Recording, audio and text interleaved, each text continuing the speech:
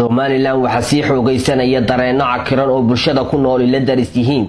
kuwaasi oo la halmaalay kalsoonida shacabku ku qabto nidaamka haatan jira oo tan iyo sanadkii 2010 sanadba sanadka ka sii dambeeyay way sii noqonaysay dadku xilligan qiyaastii ugu dambeysay ee la sameeyay 3.62 boqolkiiba waxa ay ku nool yihiin maalintii $1 wax u dhigma maqadama dhergaan inkastoo siyaasadda lafteeda lagu kala irdhoobay oo ay noqotay qori isu dhiib markaagii iyo markaygi haddana waxaa kalsoonida shacabku meesha ka sii baxday kolka laga tago raadadkii ay ka tagtay doorashadii 2017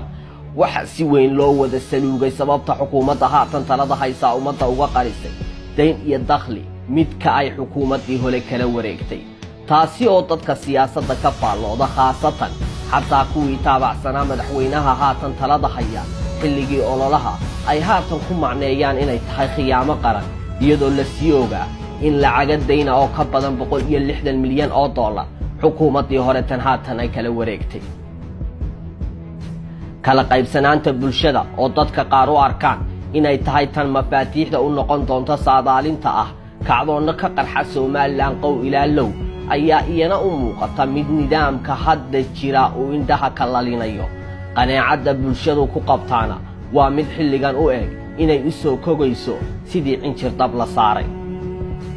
kala aragti duwanaanta iyo xurriyadda hadalku meesha waa mid ka sii baxaysa waxaana soo laabtay xilliyadii kacaankii wixii loogu yeeri jiray dhegdhegaynta oo qofkii goobaha lagu shaaho ama baraha bulshadu ku kulanto ka dhaliila sida wax u socdaan ama guraca xagal 9 u muuqda ee galay dhabihii wax kastaba hal la qabee lagu soo wada noolaa habeen barka ayaa guryaha lagala baxaya oo ciidamo amar qaba ugu daataan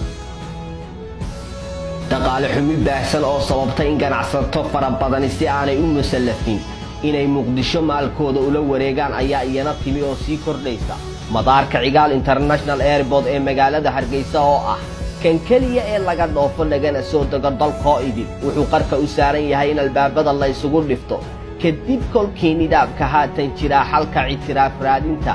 ka raadiyay in Hargeysa iyo Muqdisho baasaboor isugu dhoofaan taasi waxay sababtay in madaarka magaalada Garowe uu noqdo kan labaad ee Muqdisho soo raaca dhinaca mashquulka iyo adeegsiga bulshada oo ah isagu kan haatan dadweynaha Somaliland ay ka dhoofaan berbera oo dekadii la bixiyay iska daa 800 mitir ee imaaraadku ku ballan qaaday weli 1 mitir laguma kordhin waxaana la guda galay sanadkii saddexaad oo imaaraadku lacagta ka soo xirooto dekada berbera iyo Somaliland ay wada qaybsadaan lamana garanayo hantidii ummaddu halka imaaraadka carbeed xaq kaga yeeshay maadaama oo ballantii ahayd hal sanadood gudahood inay dekada berbera gelin doonaan $400 milyan ay burtay maantana laga joogo 3 sanadood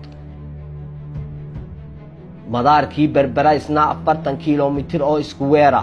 maanta waa bogcad kamida dalka imaaraadka saldhigii ay ka dhisanayeen 80% waa gabagaba dhismihiisu halka dekada la wada yeeshay tahay tii hore on 1 mitir lagu darin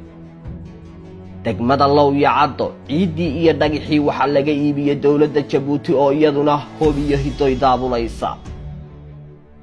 bananka Wajaale Oodweyne iyo Caynabo iyagana waxaa beeranaysa dawladda Djibouti oo laga kireeyay mana jirto cid war iyo wacaal u haysa meesha dhaqaalihii kiradu ka baxay iyo waxa lagu kala kireystay balse taasi bedelkeeda madaxweyne Biixi iyo xukuumaddiisu waxay bulshada u sheegeen in miisaaniyadda dawladda laga beerayo dhulka mana jirto meel ay kaga qoran tahay miisaaniyad sanadeedii sanadihii 2018 iyo sanadkan 2019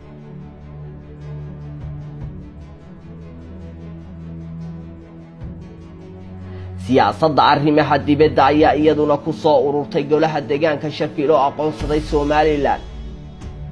madax dhaqameed saq dhexe guryaha lagala baxay muwaadiniin xukun la'aan xabsiga ugu geeriyooday saxafiyiin la xidhay hay'ado warbaahineed oo la xayiray hal abuurro la taxaabay hoos u dhac dhaqaale kor u kac maciishadeed caburin dadweyne curyaamin ilihii dhaqaale go'doon shacab madaar qarka u saaran inuu xidhmo wax wada lahaanshaha oo halaabay iyo diidmada kala aragti duwanaanshuhu waxay qayb ka yihiin waayaha hogaamineed ee nidaamka maanta